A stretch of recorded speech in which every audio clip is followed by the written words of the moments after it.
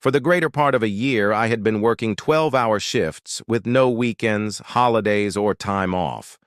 I stayed after my coworkers left at 5 o'clock with a bottomless coffee mug and a pile of deadlines that never seemed to go away.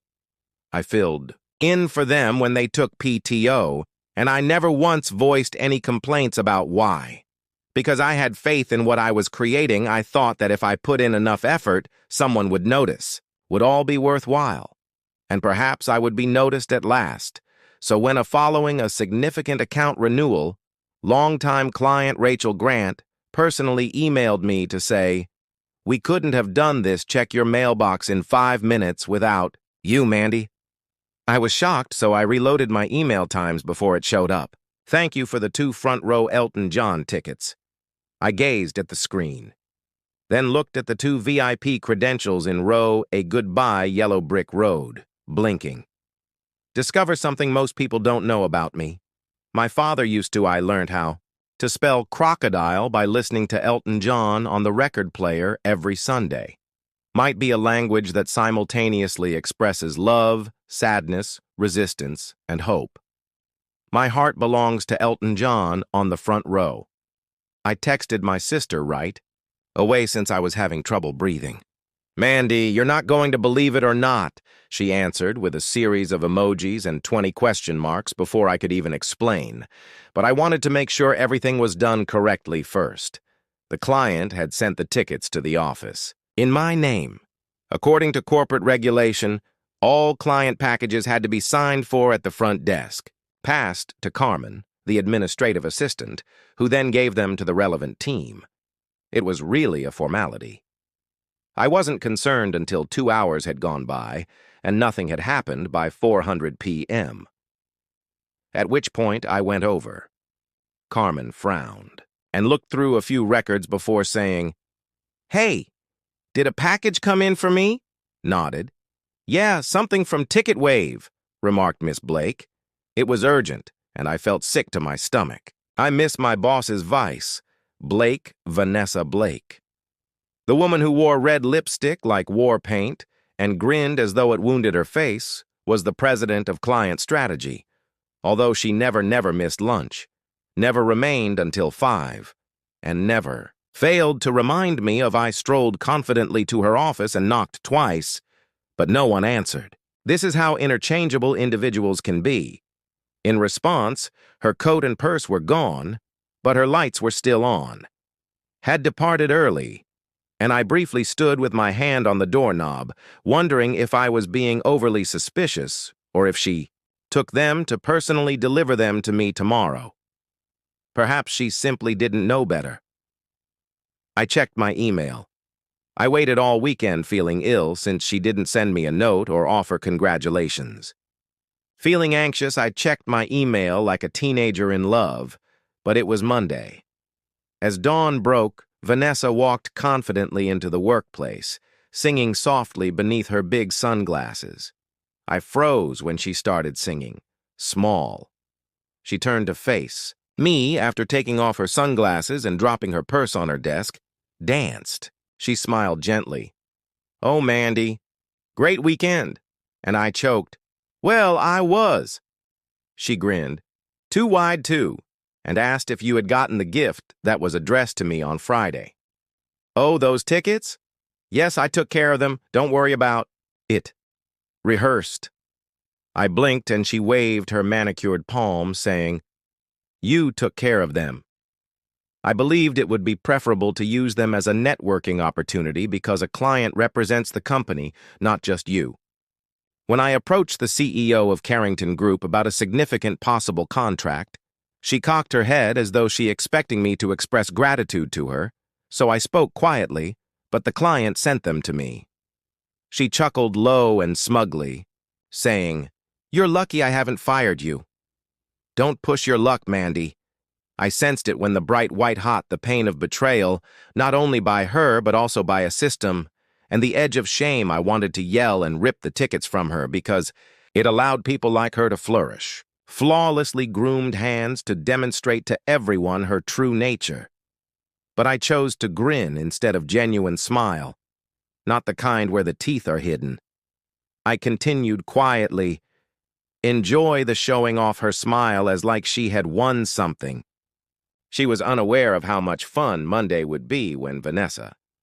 My fingers sank into her smile as I turned her back and vanished into her office, still humming Rocket Man. The edge of my desk. Not because the tickets were important to me, but rather because of what they represented, a whole year's worth of sacrifice that was quickly undone by someone who noticed I was a replaceable, invisible number that was helpful. Until I stopped, I resisted to speak as I remained silent and gazed at my computer screen, breathing through the heat that was growing behind my eyes. I searched for Rachel in my inbox instead of crying over her today. Give the customer the original, tickets that were sent to me by the woman who sent them. I read the message more slowly this time. Monday, these are for you specifically. Enjoy the show you've earned and a tiny thank you for always going above and beyond. Working with your team has been a pleasure. It was stated clearly in writing that there was no space for Vanessa took them, despite the misunderstanding. Not because she needed them. She stole them because she could, not because she particularly liked Elton John. I stared. She was able to make that line resonate more loudly. In my thoughts? So I stared at it for a long time. I took out my phone and looked at Rachel's number more than any music ever could. And I did nothing for 5 minutes.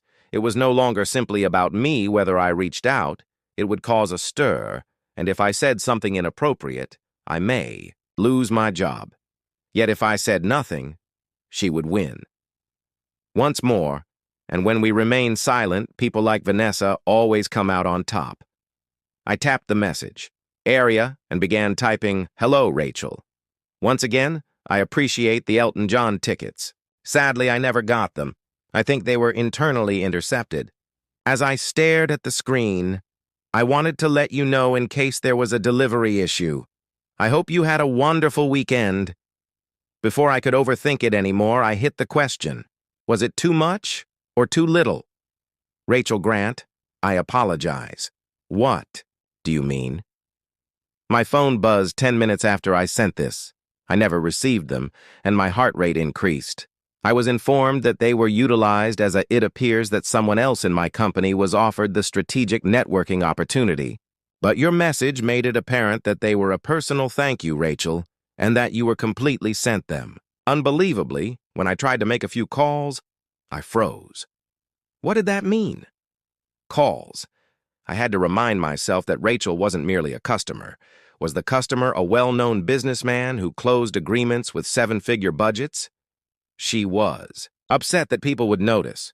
So she let them know by I overheard Carmen murmuring something in the kitchen about VIP tickets and Vanessa at lunchtime.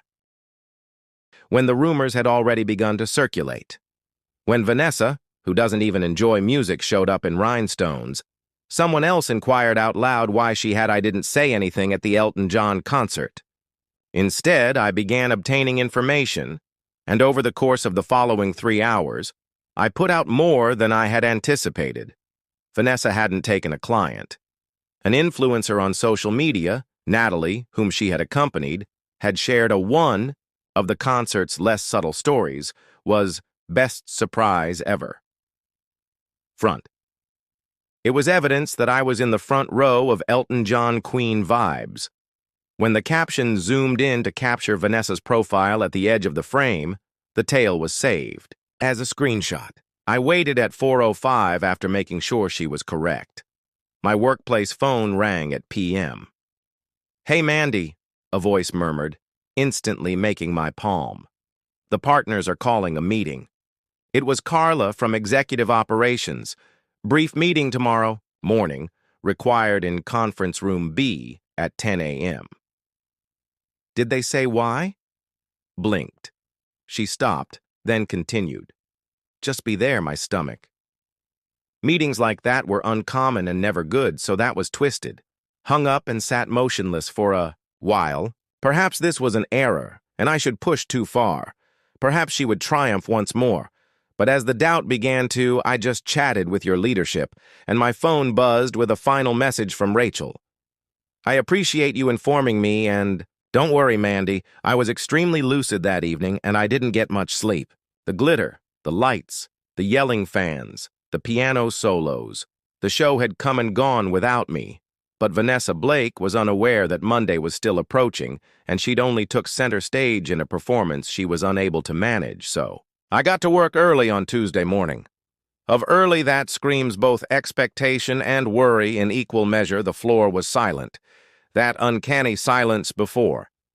Even though the storm at 10 in the morning felt like it was miles away, I had to be there to witness it. Nevertheless, I was unaware of the partners' plans or Rachel's progress. All I knew was that today was going to be different, as individuals began to slink into conference room B around 9:45. Vanessa wasn't one of them yet. Her office door was still locked and her shades were drawn. As though nothing unusual was happening, but I sensed that something was building, since by 9:58, every seat had full, with the exception of one, at 10:02 when the door opened and Vanessa entered as if she were wearing red lipstick to an executive meeting is not required when attending a cocktail function. She looked around the room as if she owned it, wearing power heels and a blazer that was too sharp for chance. Then took a seat across the table and gave me a stiff, smug look. "All I see." "Shall we start?" she replied, placing one leg over the other. Prior to the door opened once more, and Jonathan Pierce entered, handling he wasn't his partner, who had silver hair, impeccable posture, and a reputation for professionalism so acute that it might draw blood. The whole room tensed as Vanessa blinked and Rachel Grant followed him alone. For a brief moment, her smile wavered. "Rachel," she replied, forcing a Rachel did not return the smile when she said, "Wow, this is a surprise." "It?" Jonathan took a seat at the head of the table and said, "Let's begin. This won't—" The room became quiet for a while. "Yesterday I got a call from Ms." As he spoke calmly about a very serious issue, Vanessa's expression changed a little. "Chair, if Jonathan raised a hand on the performance tickets, let me." When he was done, he turned to face me. "Donna, could you please confirm something for the record?" I nodded steadily. Rachel personally thanked me for working on the Simmons account by sending me 2 front-row tickets to Elton John's performance. She sent me a handwritten message along with the email, and she mailed them straight to the workplace under my name. Jonathan turned to face Rachel, who nodded. "That's right," Vanessa cleared. "If it's okay with you, I invited a prospective customer, since I thought the tickets would be a better corporate asset." Rachel, the investor, sliced as precisely as a blade. "No, Vanessa, you took your girlfriend." Rachel took out her phone and tapped it a few times as Natalie froze in the middle of the room, then posted this to 43,000 followers while turning the screen in the direction of the spouses. Vanessa's face pale, Jonathan leaned as she tagged herself in the front row of the show. "Forward with his hands folded, Miss Blake. We have good reason to trust you. Intentionally stole a client's personal gift, used it for their own gain, and then falsely claimed to have done so." Vanessa's voice broke as the corporation made a strategic decision, barely holding calmness. I believed it was within my rights. And we don't have a rigid rule on we follow Jonathan's advice, and more significantly, we demand honesty. Rachel's tone softened, but the steel stayed the same. Mandy put in a lot of effort on the project, and I sent those tickets because I wanted her to feel appreciated. She earned it. Jonathan turned as the room fell silent. "I want to formally apologize once more, Mandy, for this behavior. It is inappropriate and does not align with this company's beliefs." So I nodded, not sure if I should raise my hands. We're shaking beneath the table, and Vanessa's lips formed a firm line. "This seems a bit excessive for concert tickets." "No," Rachel said composedly. However, Jonathan stayed firm in his belief that this is about respect, about how you treat the people who make your success possible. "Miss Blake will be placed on administrative leave with immediate effect while her access is further reviewed." Be withdrawn before the end of the day. We'll send out an official announcement to the team." As she stood, Vanessa's chair screamed, "You're overreacting." "This isn't up for discussion," Jonathan stated bluntly. "You can gather your belongings. HR will accompany you." "You planned this?" she snarled as her huge, trembling, furious eyes fell on me. Calmly and unrepentantly held her gaze and said, "No, Vanessa, you did. I just make sure the appropriate individuals were aware." She turned and hurried out the door, clicking it like a ticking clock. Rachel grinned as I smashed behind her and sighed for the first time in days. "You have more to contribute than she ever will, so don't let folks like her dim your light. Comprehend?" And she departed the room, but I knew that this wasn't the end of it. This was only an interval. The true change was yet to occur. As soon as I left the meeting room, the office felt different, like if someone had opened a window. When the truth was ultimately revealed in a stuffy room, Vanessa's office door stood ajar and empty, and her nameplate had been pulled, the framed saying, "Success is the best," from her wall within an hour. Retribution was gone, and I didn't feel satisfied after passing it. Not yet, since the reality is that you don't feel guilty when someone like Vanessa is eventually held responsible. After winning, you feel as though your body hasn't fully recovered. Since you're not preparing for the next assault, my coworkers were secretly chatting once more. One even put a sticky note onto my desk after giving me a short nod of approval. "You did the right thing when I wasn't looking at the time, but I didn't feel like a hero. Felt worn out from battling for attention and from acting as though I didn't lose anything because of the late nights and unending work. The remainder of the day went by quickly, and I issued a formal memo to the team. Vanessa would not be returning, but there would be a leadership reorganization with no public reference to me. Rachel had stood up for me, Jonathan had apologized, made no announcement, and received no acknowledgement. Supported me, but that evening, the corporation was already attempting to move on. Remained in my work-clo laptop open while sitting on the floor at my apartment, however. The digital versions of the Elton John tickets that I had previously printed were undamaged. They disappeared while sitting next to me, and as I gazed at them, I understood that it was never about the tickets. It was about how quickly people could claim what they wanted and how easy someone could change the rules when it was convenient for them. I didn't want to return there because they didn't make any money and nobody ever stopped them. I wasn't the same Mandy. Something inside of me had a thing for the woman who quietly remained up late and provided all without expecting anything in return. Changed, and when I checked my calendar the following morning, my inbox was already full. Sends out project deadlines and status reports as normal, but something was waiting for me with the title, "Coffee from Rachel Grant Mandy I'm in," at the top of my inbox. "If you're free this day, I'd love to buy you a cup of something strong and discuss your future plans. I'll be at Porterhouse Cafe around 2 in the afternoon. You deserve better than what they've been giving you, so let's talk." Rachel was not the type of person who squandered time. She didn't do informal. This wasn't a coffee for sympathy. I looked into it further. I have an internal stand-up at 2:30 and a client check-in at 1. I could swing. I was sweating nervously as I entered Porterhouse Cafe at 1:55. Rachel was already there, sitting at a corner table, rattling like dice in a cup. She smiled and waved me over while enjoying a dark roast like if she owned the place. She added, "Mandy," with warmth. "Thanks for coming." "Thanks for inviting me." I leaned in and slid onto the seat across from her, saying, "Let me get to. Put it bluntly, I think you're clever, disciplined, and you handled the Vanessa situation with more poise." I forced a courteous grin, but it didn't feel as genuine as I would have liked. "Quite graceful?" She shrugged. "And you know that grace isn't passive. It's deliberate." Rachel put down her coffee cup, and I sipped my coffee because I was at a loss for words. Been considering the client involvement and performance of my company's growing new division, plan, and I need someone to guide it. My eyes widened. She nodded, saying, "I want someone who knows how to hustle, not someone who has been coasting in leadership. Someone who has experienced the grind, like you, can solve problems without a plan." The atmosphere appeared to change when I said, "I don't have an MBA," almost without Rachel laughed, and I don't, but I can spot it when I see it.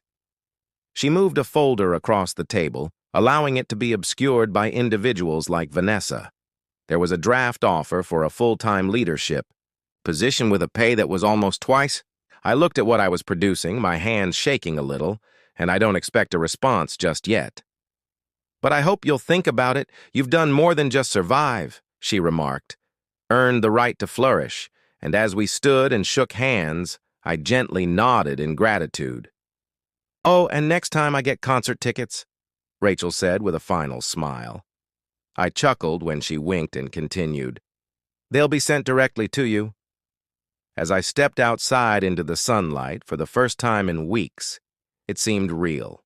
The idea, maybe the finest retaliation may not be seeing someone fall. Rather, it may be rising where they attempted to keep you. Down. The folder Rachel gave me was sitting unopened that night because I didn't get much sleep. I'd probably looked at it a dozen times and even picked it up once on my kitchen table, but it looked radioactive. I hadn't opened it because I wanted it, not because I didn't want it.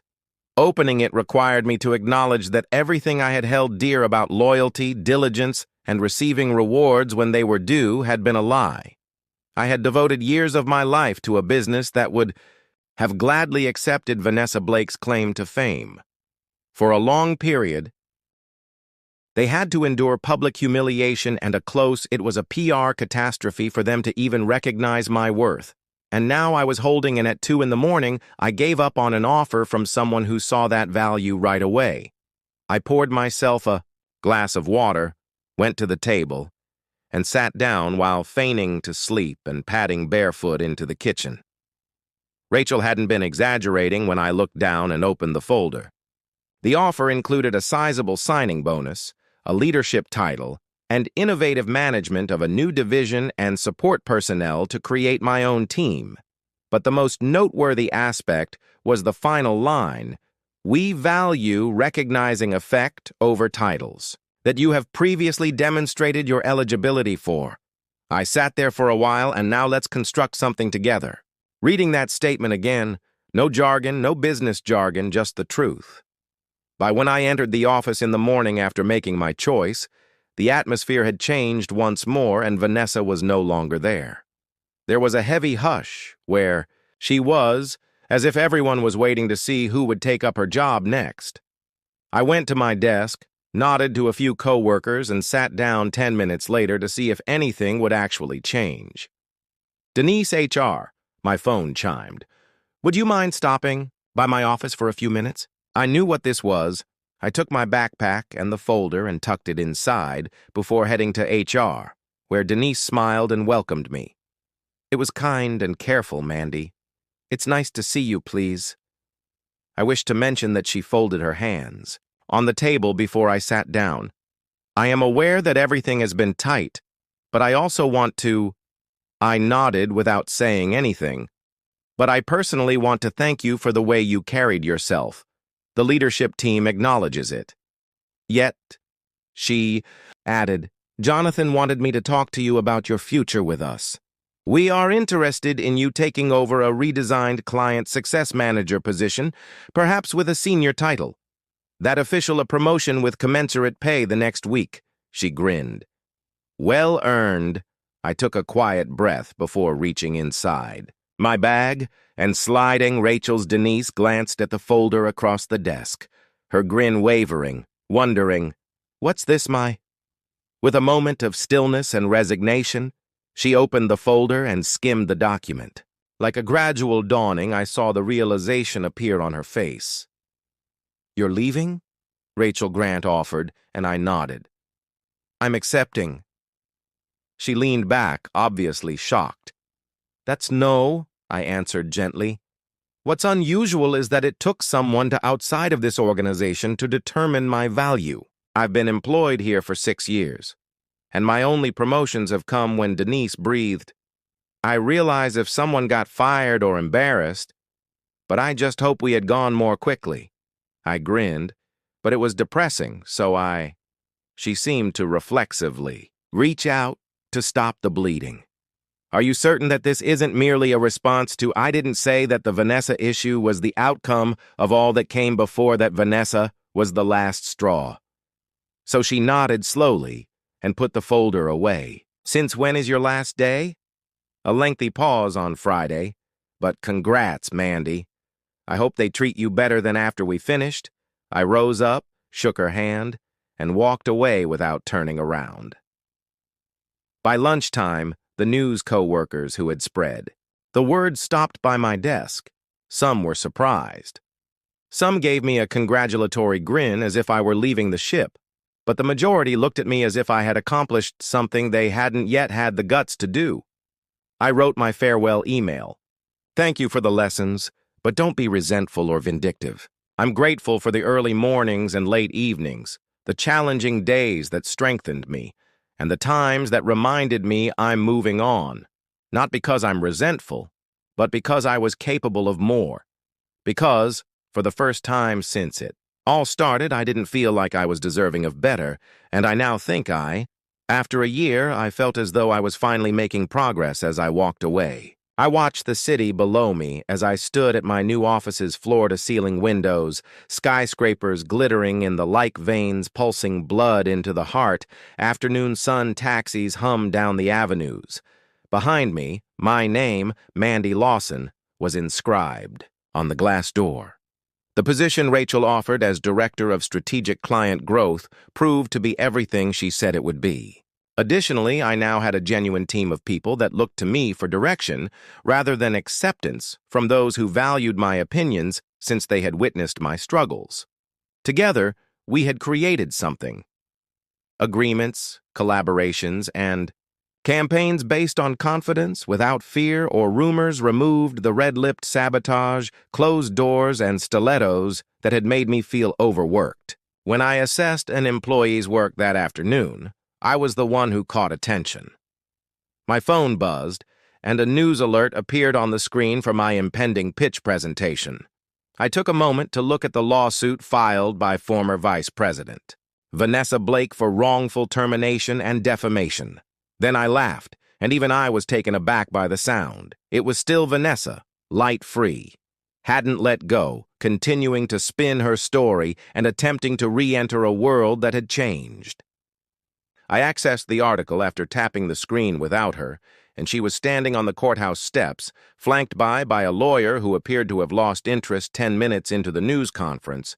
Vanessa was worn out and resentful. The headline beneath her picture showed her with flat hair and defiant eyes. Read, "I was betrayed using a jealous person stole my career." I laughed and said, "Subordinate, she was still telling the same tale in which I was the threat and she was the victim.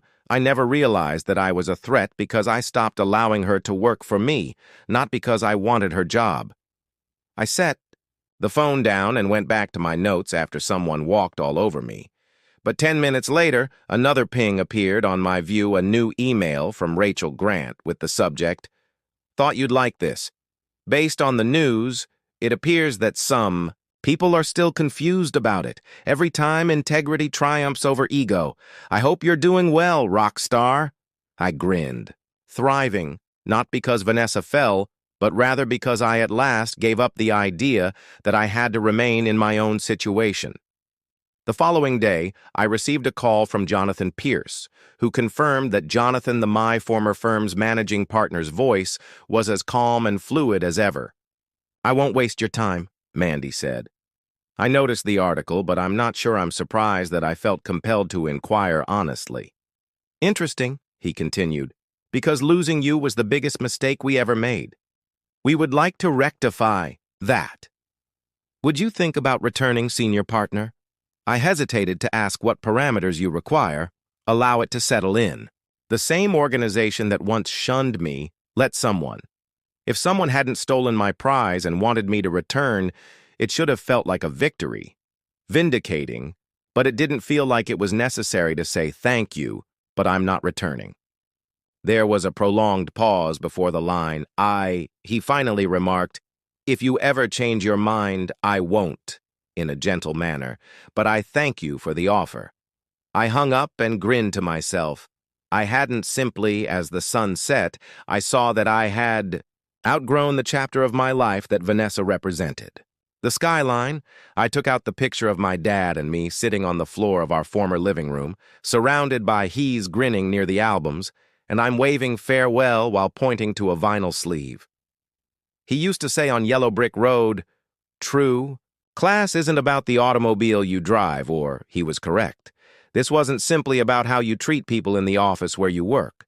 A tale about tickets or treachery, it was about realizing your value even when no one else does, and refusing to let nobody defines you, not your bosses, titles, or silence, because I left a dysfunctional system. And I had created something better, so I never boasted when others inquired about Vanessa's whereabouts. I simply smiled and remarked, "She stole my seat at a concert," without engaging in any gossip. Because sometimes the sweetest retaliation isn't retaliation at all. Take a seat at the table. It's becoming so high that those who attempted to bury you can no longer even get in touch with you.